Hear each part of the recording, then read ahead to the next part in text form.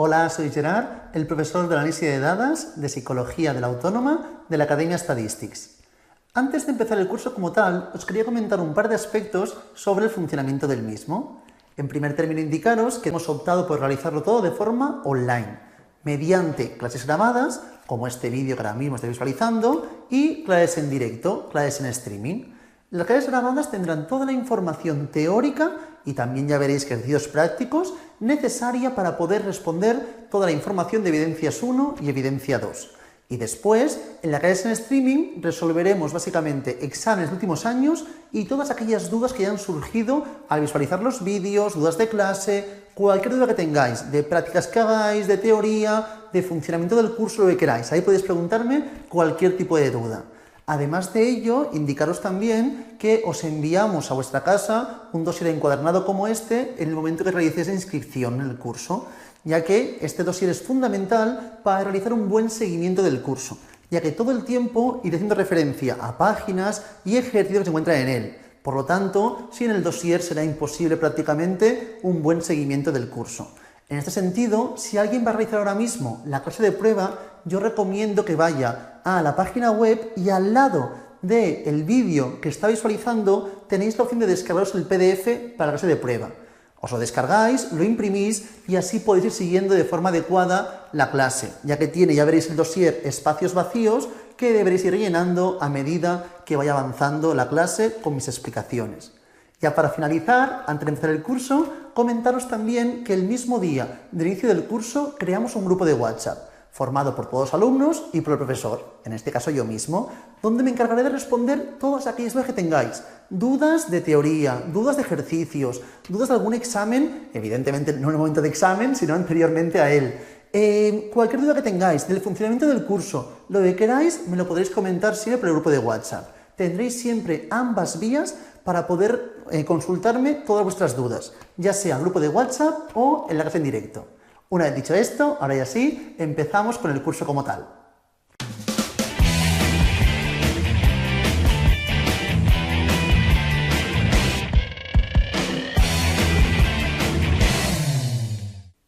Empezamos ya con la información que corresponde al tema 1, Fundamentos de la teoría de la probabilidad.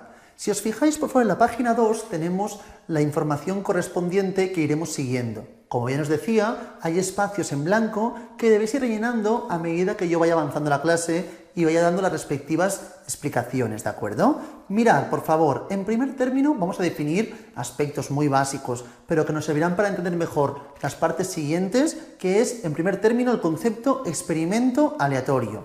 Un experimento aleatorio es un experimento que consta de un conjunto de resultados posibles, o sucesos elementales, en lugar de la definición, que son finitos y pueden ser cuantitativos o cualitativos. Es decir, un experimento que tiene posibles resultados cuando realizo dicho experimento, ¿de acuerdo? Y estos resultados son finitos y pueden ser quantis o qualis. Ahora miremos un ejemplo. En condiciones similares, cuando realizo el experimento, pueden darse resultados diferentes y yo no puedo saber qué va a ocurrir, pero que sí que puedo saber la probabilidad de cada uno de estos sucesos. Un ejemplo muy sencillo, por ejemplo, que es en el ejemplo 1 que podemos visualizar, es el ejemplo de lanzar un dado o lanzar una moneda. Cuando lanzo una moneda tenemos cara o cruz. Cara o cruz corresponden básicamente a una variable cualitativa, o cara o cruz, ¿verdad? Pero en este caso, cuando lanzo la moneda, no sé qué va a ocurrir. Por lo tanto, es un experimento que tiene un conjunto de resultados posibles, en este caso 2 resultados posibles y son finitos.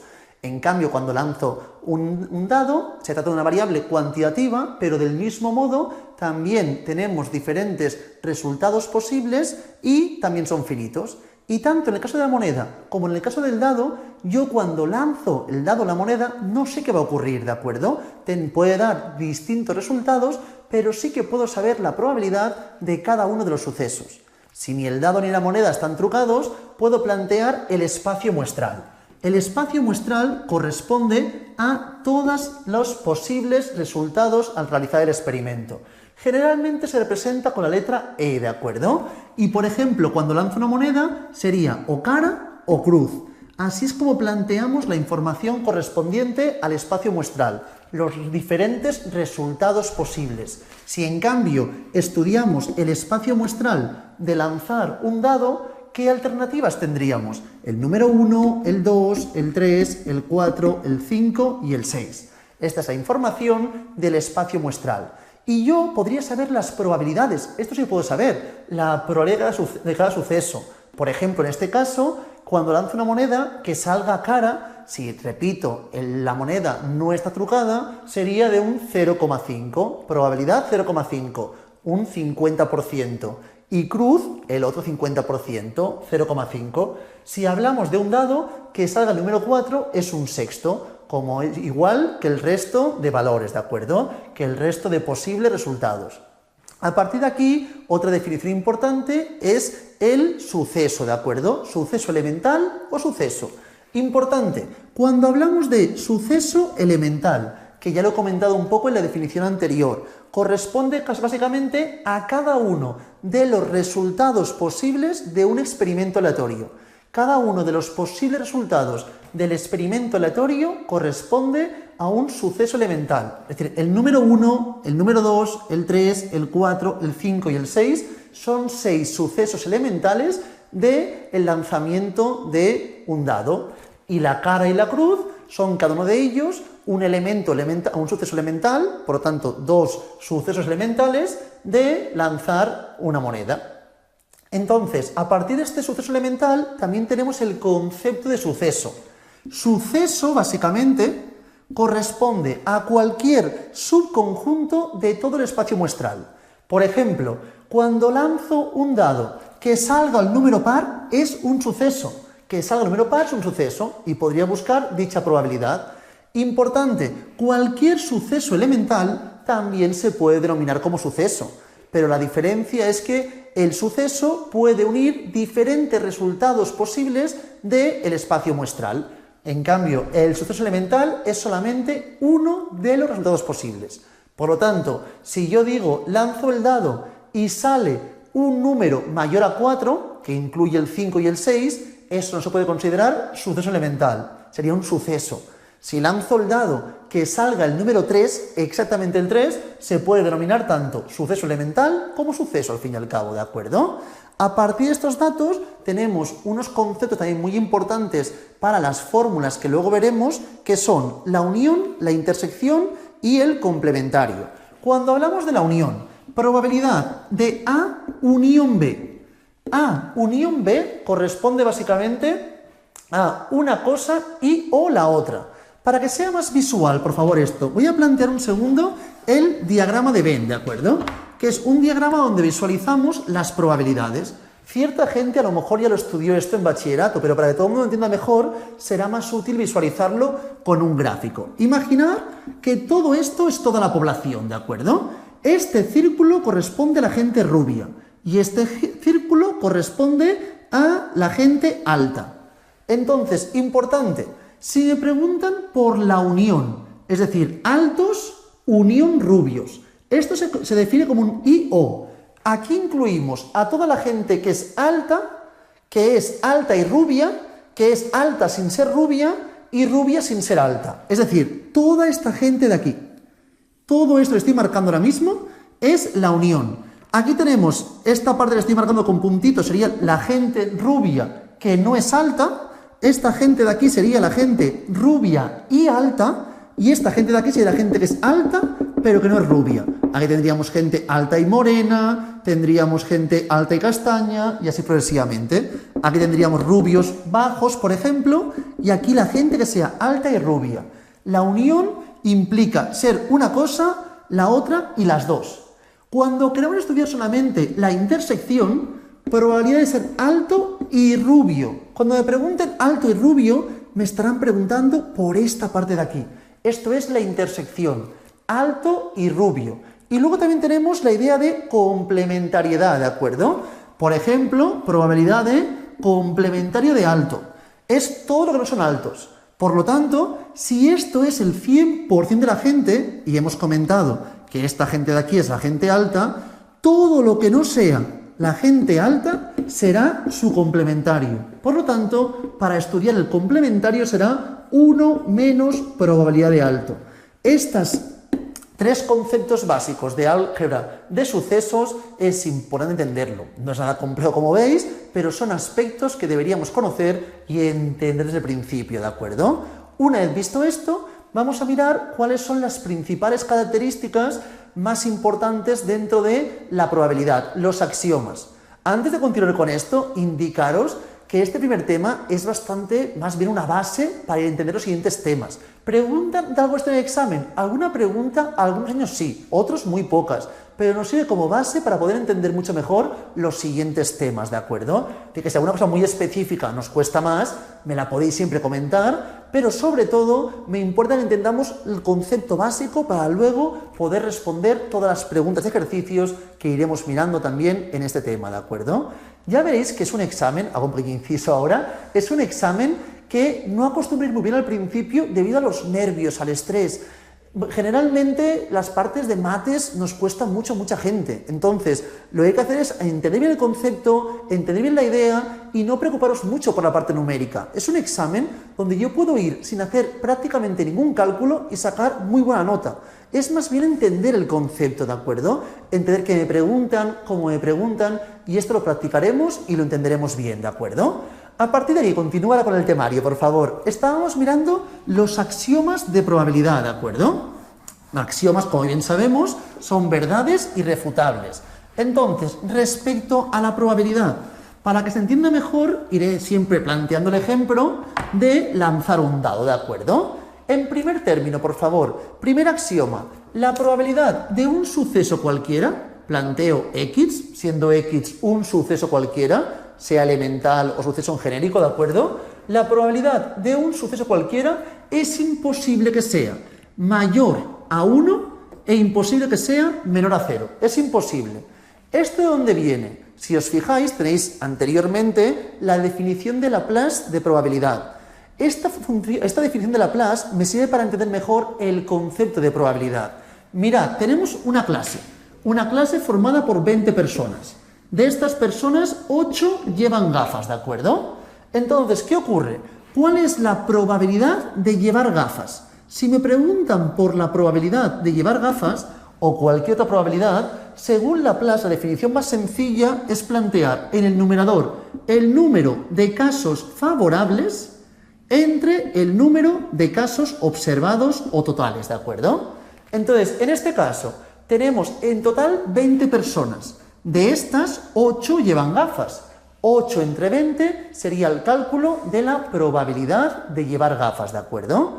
Entonces, ¿es posible que sea mayor a 1? ¿Es posible que de 20 personas que tenemos, 21 lleven gafas? Es imposible, si tengo 20 personas, lo máximo sería que las 20 llevasen gafas. Si las 20 llevan gafas, equivaldría a 1.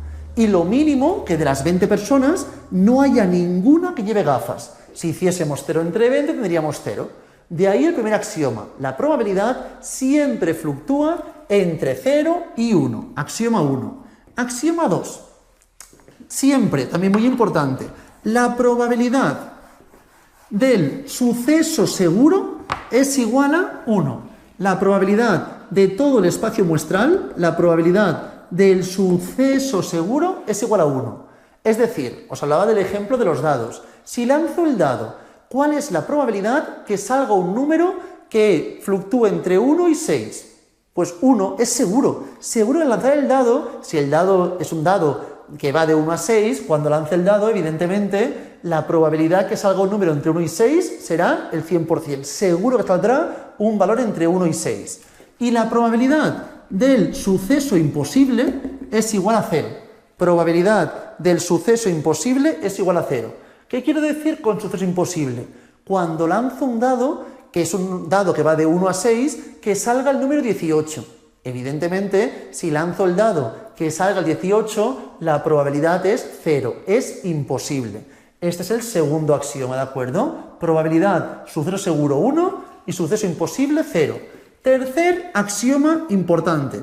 La probabilidad de un suceso cualquiera es igual al sumatorio de las probabilidades de sus sucesos elementales.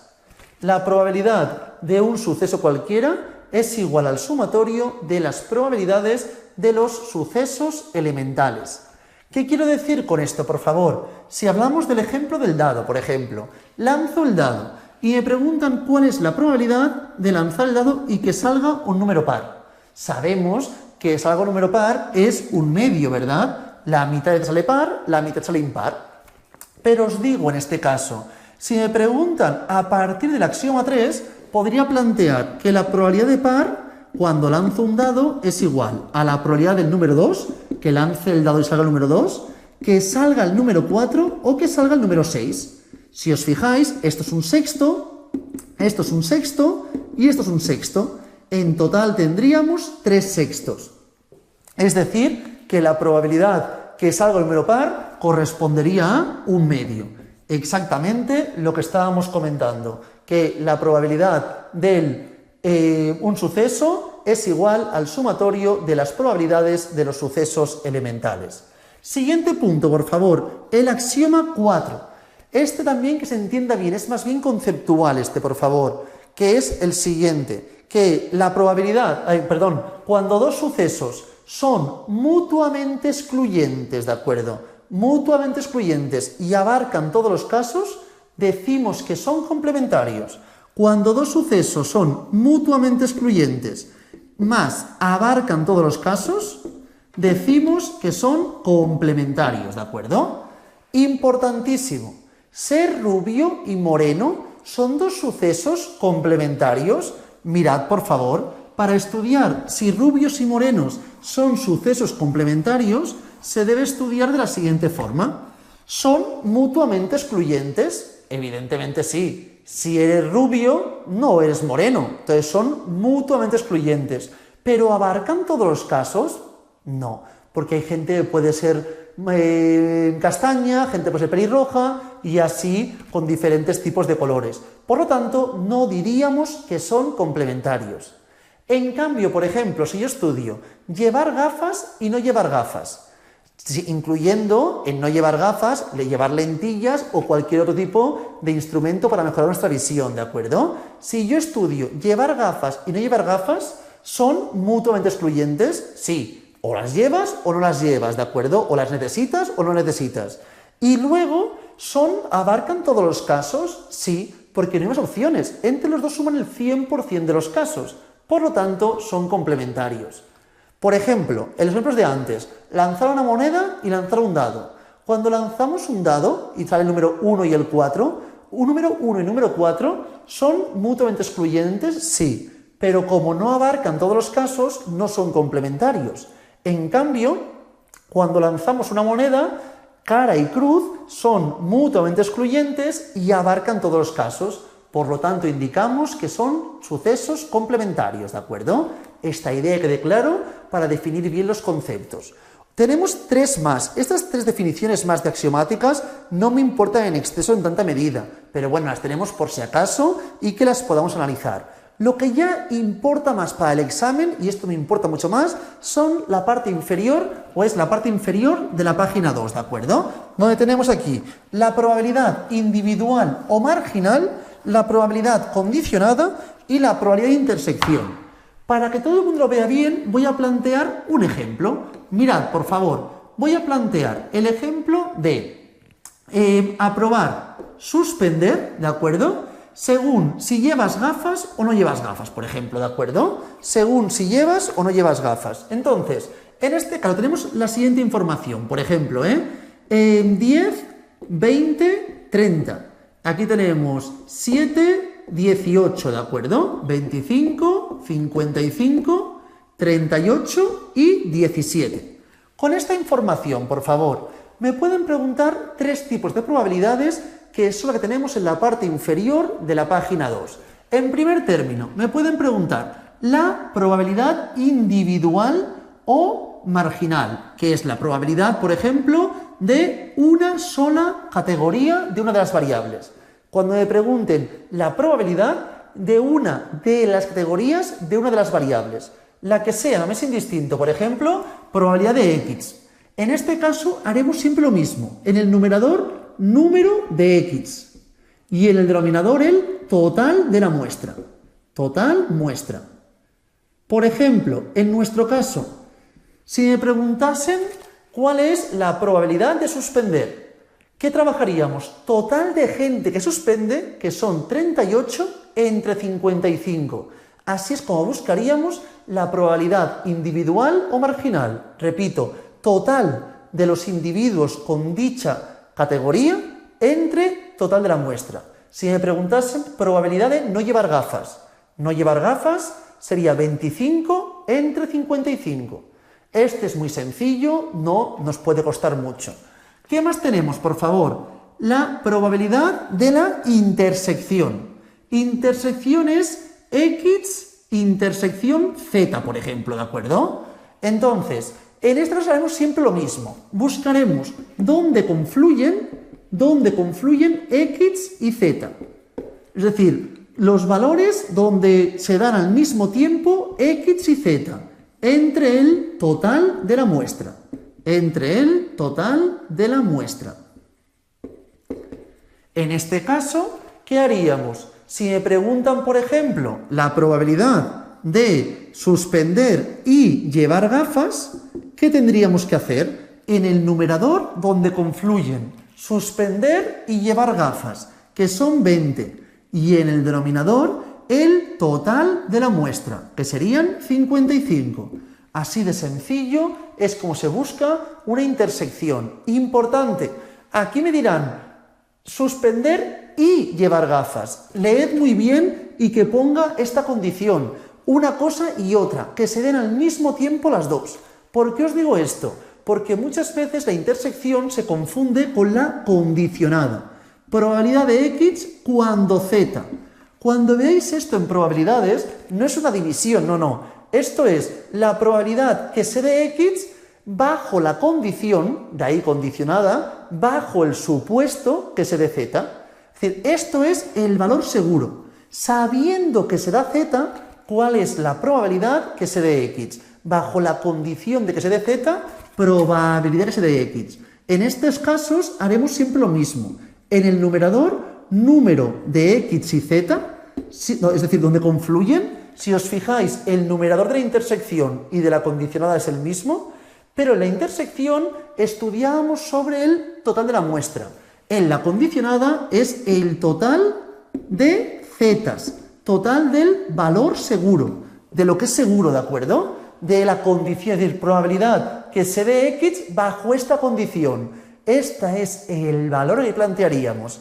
Para que lo veamos, he planteado anteriormente probabilidad de suspender y llevar gafas. No confundamos suspender y llevar gafas con la probabilidad de suspender cuando llevas gafas o la probabilidad de llevar gafas si suspendes.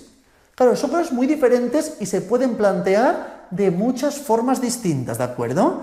Entonces, probabilidad de suspender si llevas gafas, es decir, dentro de la gente que lleva gafas, probabilidad de suspender, tendríamos que plantear en el numerador suspender y gafas, fácil.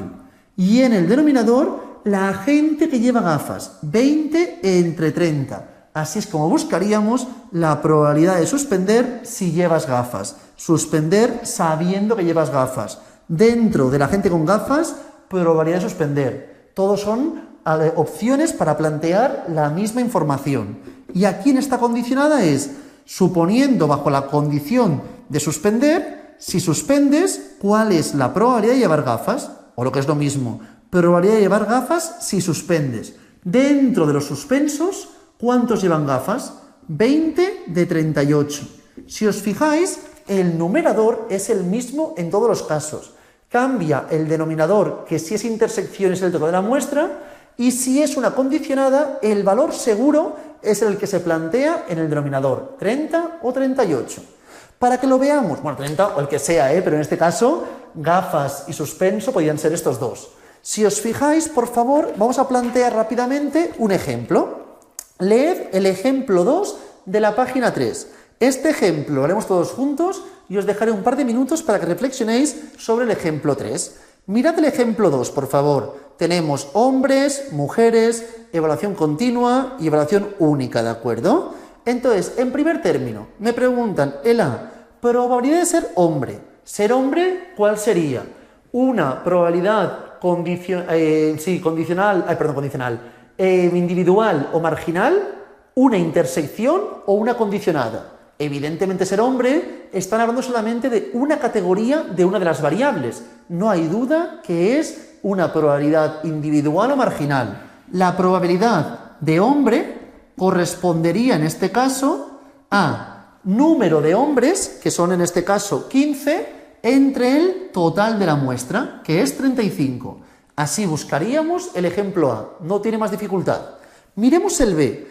Probabilidad de que sea hombre si sabemos, bajo la condición, bajo el supuesto, que haya estudiado evaluación continua, ¿de acuerdo? Entonces, probabilidad de hombre si estudia evaluación continua, en este caso. Esto es una condicionada sin duda. Sabiendo que estudia continua, hombre. En el numerador, la intersección. Los que son hombres y estudian continua, que serían 11. Y en el denominador, los que estudian continua, que serían 22. Así buscaríamos la B. La C, por favor, ¿qué nos dice? Probabilidad de hombre y única. Importante el I, es una intersección. Probabilidad de hombre y única. Hombre y única, ¿de acuerdo? Si me hablan de hombre y única, en el numerador van donde confluyen hombres y única, que son 4 solamente. Y en el denominador el total de la muestra. Cuando es intersección, trabajamos siempre con el total de la muestra. Miremos el siguiente, por favor, el ejercicio D, por favor. El D, probabilidad de estudiar única. Solamente los de única. Es decir, aquí plantearíamos una individual o marginal. Solo una de las categorías. ¿Cuántos estudian única? Probabilidad de única corresponderá a 13 entre 35. Así plantearíamos la información, ¿de acuerdo? 13 entre 35. Probabilidad de mujer. De mujer si sabemos que ha estudiado evaluación única. Este sería probabilidad de mujer si sabemos que ha estudiado evaluación única. Es una condicionada, bajo la condición de estudiar única. Entonces, sabiendo que estudia única, mujeres, serían 9 de 13. 9 de 13. En el numerador, donde interseccionan los que son mujeres y única, que son 9. Y en el denominador, el valor seguro, que son los de única, que serían 13, ¿de acuerdo? Y para finalizar esta parte, me preguntan que sea mujer y haya estudiado, importante el I, y haya estudiado continua, ¿verdad? Mujer y continua. Si me preguntan por mujer y continua, tendríamos que plantear que mujer y continua son 11 de 35. Así es como buscaríamos la información. ¿Por qué? Porque confluyen en mujer y continua 11 y como es una intersección, es sobre el total de la muestra. Una vez visto esto y mirando un poco la información, os planteéis el ejemplo 3. Es un ejemplo que será un poco más complicado que este, pero ahora mismo todos juntos lo corregiremos, por favor. Os dejo unos minutos y lo solucionamos.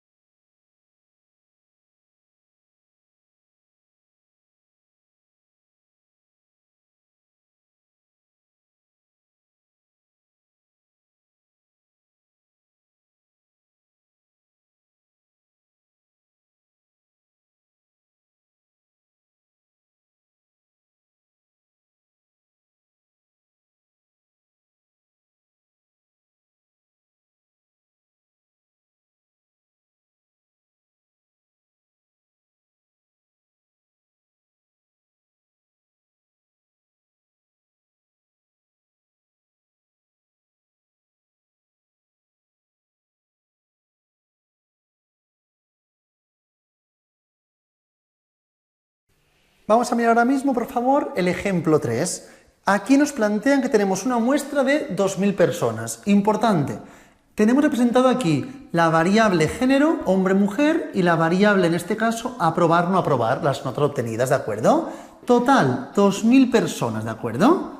A partir de aquí, continuamos leyendo y nos indican de las 800 mujeres que tenemos, es decir, mujeres tenemos 800, nos comentan que aprueban 700.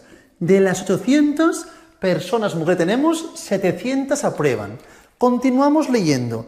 Del total de los que no han aprobado, en este caso, del total de estudiantes, perdón, no han aprobado 950. Del total de estudiantes no han aprobado 950. Tenemos esta información. Por lo tanto, vamos a rellenar estos datos. Sabemos que esto más esto debe ser igual a esto. Por lo tanto, 2.000 menos 950, 1.050. Esto menos esto me dará esto, ya que la suma de los dos debe dar 2.000. Pues evidentemente 1.200. Y así es como podemos rellenar la tabla de forma rápida y sencilla. ¿Qué más tenemos? Este valor más este me da este, ya que las mujeres totales son las mujeres que aprueban y las que no aprueban. Entonces aquí será 100. Dentro de los que no aprueban tenemos las mujeres y los hombres. Si esto es 100, esto de aquí será 850. Y por último, tenemos dentro de los que aprueban, los que son mujeres y hombres serían 350, o también puede aquí, dentro de los hombres, los que no aprueban y los que aprueban, 350. Es sumar y restar, así de sencillo, no tiene más dificultad, ¿de acuerdo? Una vez tenemos ya la tabla hecha, que era la parte compleja de este ejercicio, planteamos el ejercicio B, que me dice identificar y calcular las probabilidades individuales, también denominadas marginales, de la tabla de contingencia. Pues puedo estudiar la probabilidad de hombre, puedo estudiar la probabilidad de mujer, puedo estudiar la probabilidad de aprobar y puedo estudiar la probabilidad de no aprobar. Estas son las 4 probabilidades individuales o marginales que podemos estudiar en este ejemplo. De hombre, ¿cuántos son? Pues 1.200 de 2.000. Recordad que siempre es lo mismo. Cuando sea individual o marginal, es el total de la categoría estudiada entre el total de la muestra. Mujeres, pues 800 entre 2.000. En este caso, hombres y mujeres, no siempre tiene por ser así, como bien sabemos, hombres y mujeres son complementarios en este caso, ¿de acuerdo? ¿Qué más tenemos en este ejemplo de esta muestra? ¿Qué más tenemos? Probabilidad de aprobar. ¿Aprobar cuántos son? 1.050 de 2.000. Así es como buscaríamos la probabilidad individual de aprobar. Y la de no aprobar sería 950, que es la gente que no aprueba, entre 2.000. Así es como resolvemos este tipo de ejercicios. Una vez tenemos esto, miramos el C. Identifica y calcula las probabilidades de intersección o ocurrencia simultánea, ¿verdad?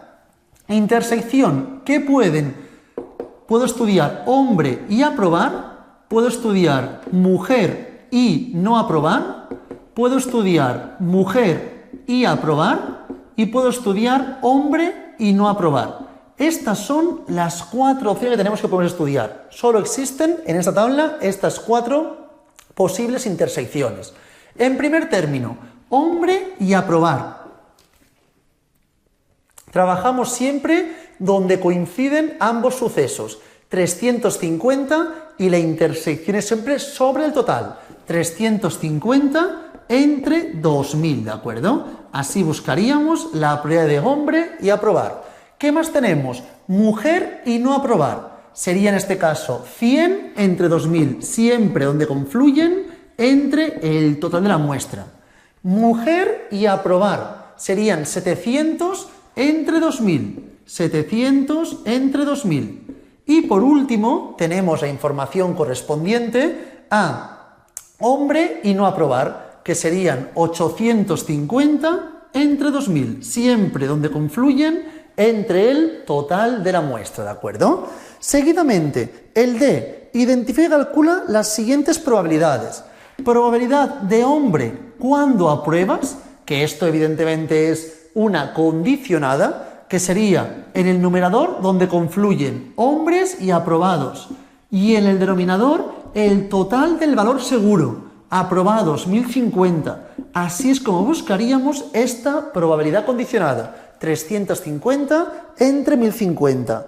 Y la otra es probabilidad de no aprobar si eres mujer. Probabilidad de no aprobar si eres mujer. Primero miramos donde confluyen no aprobar y mujer, que son 100, y en el denominador el total de mujeres, que son 800. Así es como trabajaríamos esta información, ¿de acuerdo? Así obtenemos estos datos. Importante, ya que estamos, conceptos muy básicos que se pueden incluir en lo que ya estaremos estudiando, ¿de acuerdo? A partir de esta información, que sepáis que la probabilidad de hombre también se puede plantear como probabilidad de aprobar y hombre más probabilidad de no aprobar y hombre. ¿De acuerdo? Mirad, dentro la probabilidad de hombre, ¿cuál era? 1200 entre 2000. Aprobar y hombre es lo mismo, aprobar y hombre y aprobar, me es indistinto. Así como la condicional si cambia, la intersección es igual. 350 entre 2000. Y probabilidad de no aprobar y hombre, 850 entre 2000. Si hacemos el cálculo, me daría que esto es igual a 1200 entre 2000, que es exactamente esta información. ¿Por qué os digo esto? Porque cuando hablamos de intersecciones, me es indistinto poner aprobar y hombre u hombre y aprobar. Es indistinto. Y el sumatorio del hombre con cada uno del resto de sucesos nos dará igual a la probabilidad de hombre. En cambio, cuando estamos hablando de probabilidad de aprobar cuando eres hombre más probabilidad de no aprobar cuando eres hombre, esto no equivale a la probabilidad de hombre, no. Importantísimo. Un segundo pensemos. Si eres hombre, puedes aprobar o puedes no aprobar. Por lo tanto, si esto fuese, por ejemplo, el 30%, esto sería el 70%. ¿Por qué? Porque siendo hombre o apruebas o no apruebas. Es decir, que este sumatorio será seguro 1, a diferencia del anterior. Comprobémoslo. Dentro de los hombres, ¿cuánto lo aprueban? 350 de 1200. Siempre en el numerador donde confluyen y el denominador el total del valor seguro. Y aquí tenemos no aprobar cuando eres hombre. Dentro de los hombres no aprueban 850 entre 1200. Si hiciésemos este cálculo nos quedaría 1200 entre 1200, es decir, 1. Por ese motivo digo que no confundamos nunca las condicionales con las intersecciones. Además, en intersección A y H, aprobar y hombre es igual que hombre y aprobar. En cambio, probabilidad de aprobar cuando eres hombre puede coincidir, pero no tiene por qué, con la de hombre cuando apruebas. Son cosas distintas, ¿de acuerdo? Que quede claro esto desde el principio. Una vez visto esto, vamos a mirar ejercicios un poquitín más complicados, que es cuando no dispongamos de tablas. Si tenemos tabla, lo hacemos sencillo, como he comentado ahora mismo, sin dificultad. Pero sin tabla tenemos que trabajar con probabilidades y árboles. Eso es un poquitín más complicado a veces, ¿de acuerdo? Es un poco más complicado trabajar con el diagrama de árbol que nos va a representar la información de las diferentes probabilidades. Mirad en primer término, por favor. Vamos a mirar, antes de nada, la información correspondiente a la probabilidad condicionada. Vamos a mirar la teoría en primer término. Probabilidad condicionada, probabilidad, por ejemplo, de, lo tengo aquí, aprobar cuando eres hombre. Hemos comentado que esto era igual a 350 menos 1200. Si tenemos tabla, muy sencillo. Si no tuviésemos la tabla, para buscar la probabilidad de aprobar cuando seas hombre, o cualquier otro ejemplo me es indistinto, en el numerador haremos siempre lo mismo, la intersección. En el numerador planteamos probabilidad de aprobar y hombre, y en el denominador la probabilidad de los hombres. Así es como plantearíamos la información, ¿de acuerdo? Esto, repito, en el supuesto que estemos planteando un ejercicio correspondiente a una condicionada y no dispongamos de la tabla. Si disponemos de la tabla también se puede hacer. Mirad un segundo rápidamente, Aprobar y hombre, tengo aquí, es 350 entre 2000. Y probabilidad de hombre es 1200 entre 2000. Esto se va con esto y me queda 350 entre 1200. Si os fijáis, es la misma información, pero tardando más tiempo. Por lo tanto, si tengo tabla, no me lío. Pero si no tengo tabla y tengo datos numéricos, deberé hacerlo de esta forma. Y así es como calcularíamos la información de una condicionada. Pero hay veces que me falta información. No dispongo de esto o no dispongo de esto. Y ahí es cuando podremos trabajar con el teorema de Bayes, ¿de acuerdo? Esta parte es la parte más importante y más complicada del día de hoy.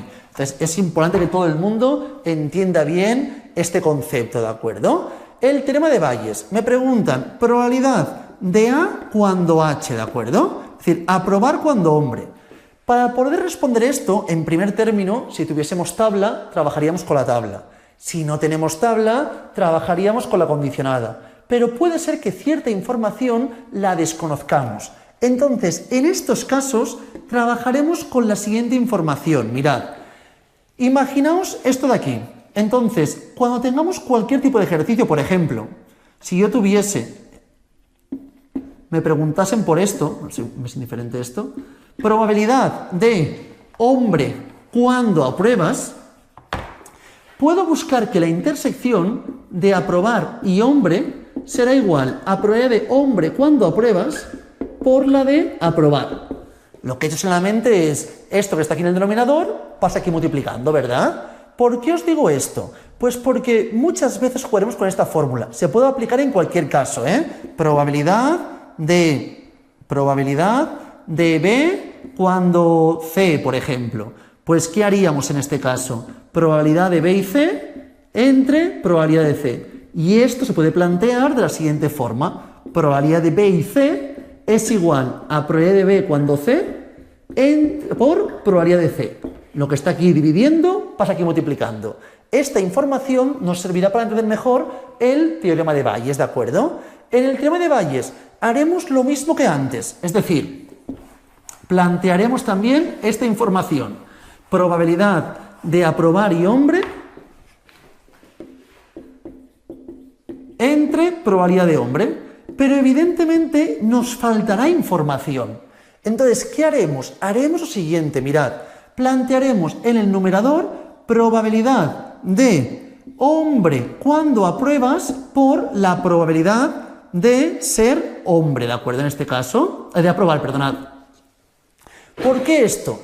Porque mirad, esto de aquí, probabilidad de hombre cuando apruebas, es igual a probabilidad de A y hombre entre probabilidad de A.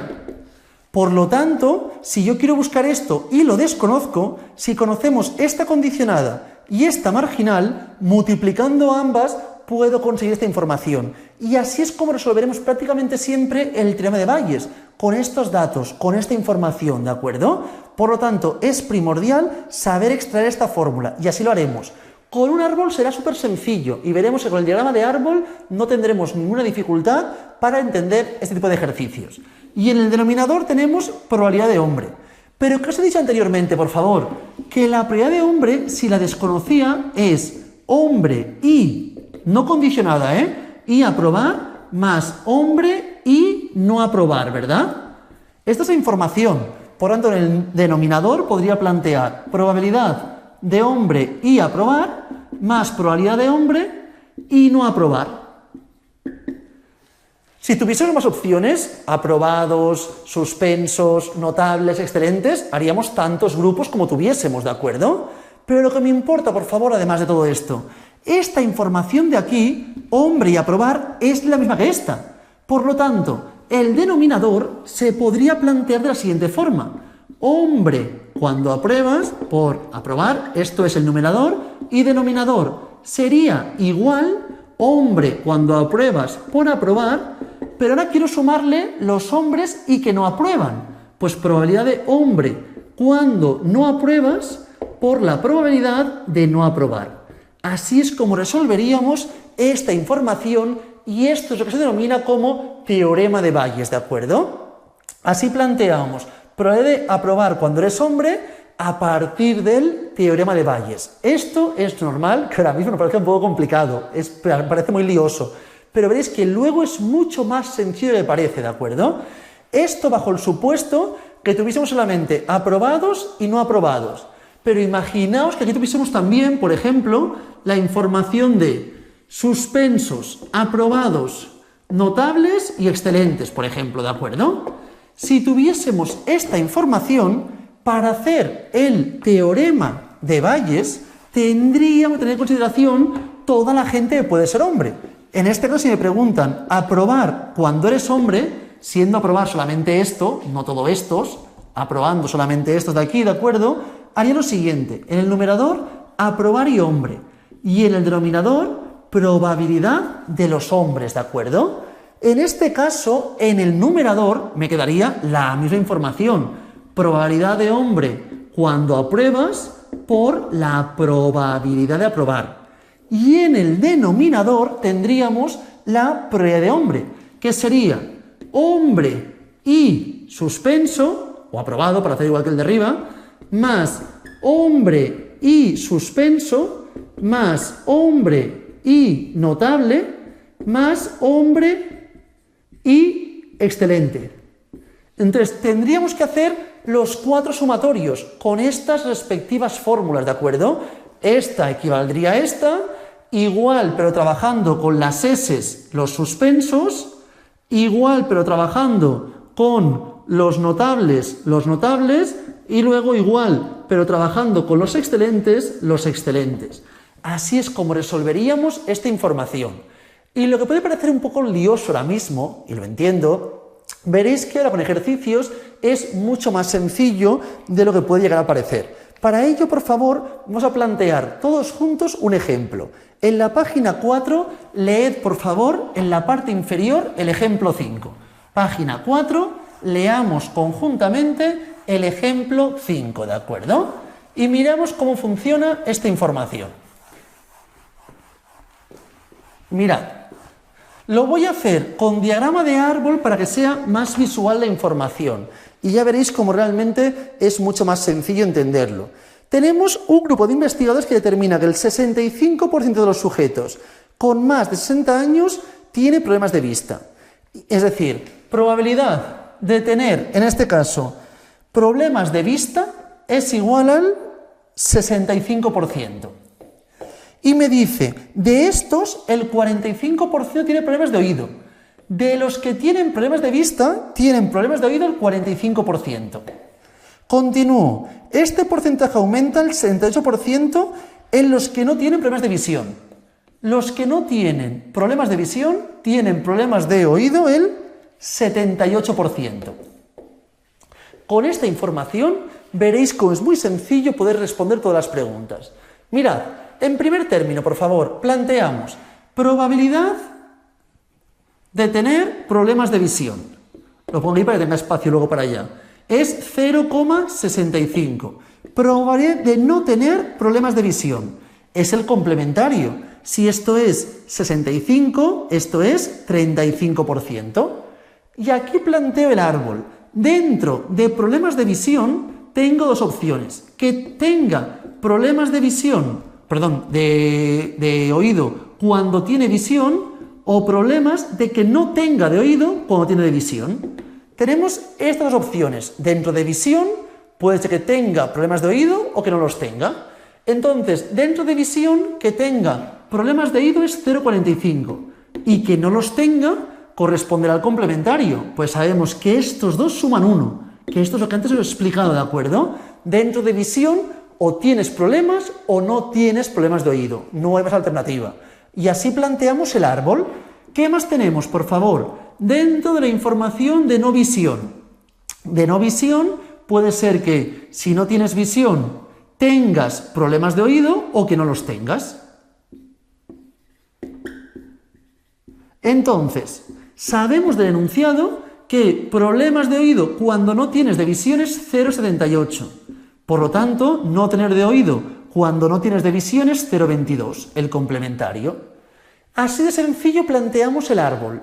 La información que luego nos servirá para hacer el teorema de Bayes ya está aquí muy bien planteada, ¿de acuerdo? Seguidamente, por favor, con esta información, siguiendo el árbol, tengo O, oído, y V, vista.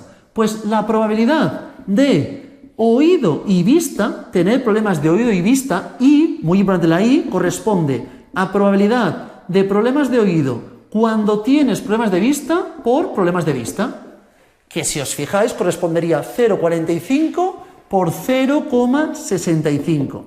Esto es primordial saber hacerlo. A partir de aquí luego veremos el teorema de Bayes, pero me importa en primer término que se entienda bien cómo funcionan este tipo de ejercicios, ¿de acuerdo? Estoy planteando bien la información más sencilla. ¿Hace falta que hagamos el árbol? Evidentemente no. El diagrama de árbol es para acabar de entender bien los conceptos. Si alguien no lo requiere para entenderlo, bienvenido sea. Con esto es suficiente, como luego veremos. Pero así tengo la información mucho más ordenada, ¿de acuerdo? Visión y con no visión. Por lo tanto, aquí tendremos la probabilidad de no tener problemas de oído y sí problemas de visión, que es igual a probabilidad de no problemas de oído cuando tienes de visión por problemas de visión. Es decir, sería en este caso 0,55 multiplicado por 0,65. Así es como tendríamos esta intersección. Continuamos, por favor. Problemas de oído cuando no tienes de visión. Entonces, problemas de oído cuando no tienes de visión, hacemos aquí otra vez la intersección de oído y no visión. Tienes problemas de oído, pero no de visión. Y sería problemas de oído cuando no tienes de visión multiplicado por problemas cuando no tienes problemas de visión. Sería 0,78 por 0,35. Y el último correspondería a la probabilidad de no tener problemas de oído y no tener problemas de visión, que es probabilidad de no tener problemas de oído cuando no tienes de visión multiplicado por la probabilidad de no tener problemas de visión. Entonces sería 0,22 por 0,35. Repito, esta información es básica, que la entendamos bien, para poder luego realizar ejercicios más complejos, ¿de acuerdo? Una vez tenemos esto, vamos a leer la información de los ejemplos que nos plantean. Primer ejemplo, el A, me dicen, completa el diagrama que represente árbol que represente el problema. Esta es la información, perfecto. La B, ¿cuál es la probabilidad que un sujeto presente problemas de vista si presenta problemas de visión, de oído, perdón? Es decir, probabilidad que presente problemas de vista si presenta problemas de oído. Esta es la información que estamos trabajando ahora mismo. Por lo tanto, para hacer esto, recordad, es una condicionada. Si tuviésemos la información correspondiente a las tablas, no me liaría, no haré todo esto. Pero como no dispongo, voy a plantear aquí la información de la probabilidad condicionada. En el numerador, probabilidad de visión y oído, ¿verdad? Y en el denominador, probabilidad de problemas de oído. Entonces, en este caso, visión y oído, la intersección, disponemos de ella, ¿verdad? Visión y oído está aquí. Es lo mismo oído y visión que visión y oído. Oído solo no lo tengo, pero recordad, por favor, que la probabilidad de problemas de oído será oído y visión más probabilidad de oído y no visión. Esto debemos recordar de antes, os lo he comentado ya un par de veces. Entonces tenemos esta información. También esto, a medida que vayamos practicando, se acaba de entender más de verdad, ¿eh? Entonces, probabilidad de visión y oído sería esto de aquí, 0,45 por 0,65. Y la probabilidad de oído, de problemas de oído, sería esto más esto, ¿de acuerdo? Es decir, esta parte de aquí, 0,45 por 0,65 más oído y no visión, que sería 0,78 por 0,35. Así es como obtendríamos esta información. Es primordial saber realizar esto. He hecho el teorema de Bayes. Si os fijáis, en este caso he planteado la siguiente información. Mirad, hemos planteado en el numerador la probabilidad de problemas de oído cuando tienes de visión por problemas de visión. Y en el denominador, problemas de oído cuando tienes de visión por visión, más probabilidad de no problemas de oído cuando tienes problemas de oído cuando no tienes de visión por problemas de no visión, cuando no tienes problemas de visión. Esto es lo que hemos hecho, ¿de acuerdo? Básicamente, y aquí hemos encontrado la probabilidad de oído y visión, y aquí de oído y de no visión. Si sumamos ambas, tendremos la probabilidad de problemas de oído. Así es como resolvemos el ejemplo 5B de Barcelona. Continuamos con el siguiente, por favor. Probabilidad de que un sujeto no presente problemas de vista si no presenta problemas de oído. No vista cuando no tiene problemas de oído, ¿de acuerdo? Importante, todo el tiempo lo mismo, ¿de acuerdo? En este caso, plantearíamos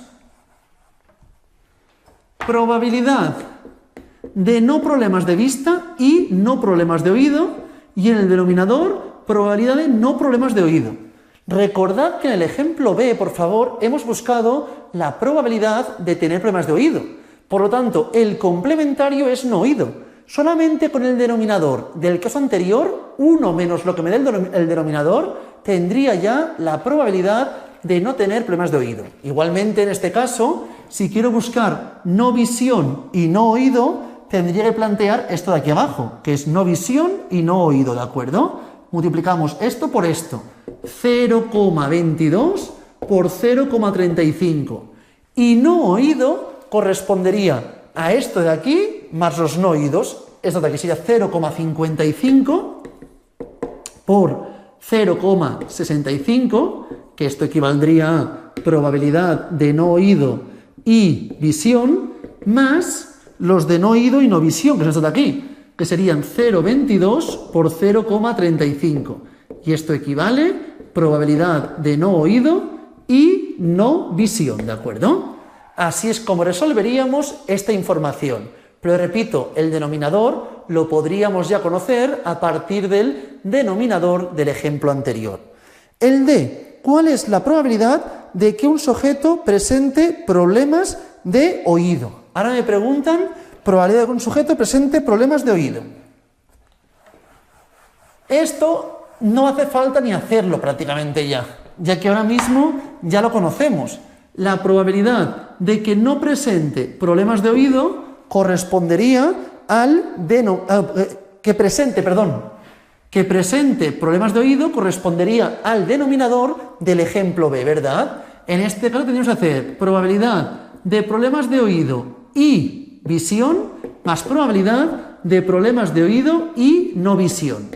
Por lo tanto, lo que hacemos es lo siguiente: probabilidad de problemas de oído cuando tienes de visión por problemas de visión, que es equivalente a esto, más probabilidad de problemas de oído cuando no tienes de visión por problemas de no visión, que es equivalente a esto de aquí.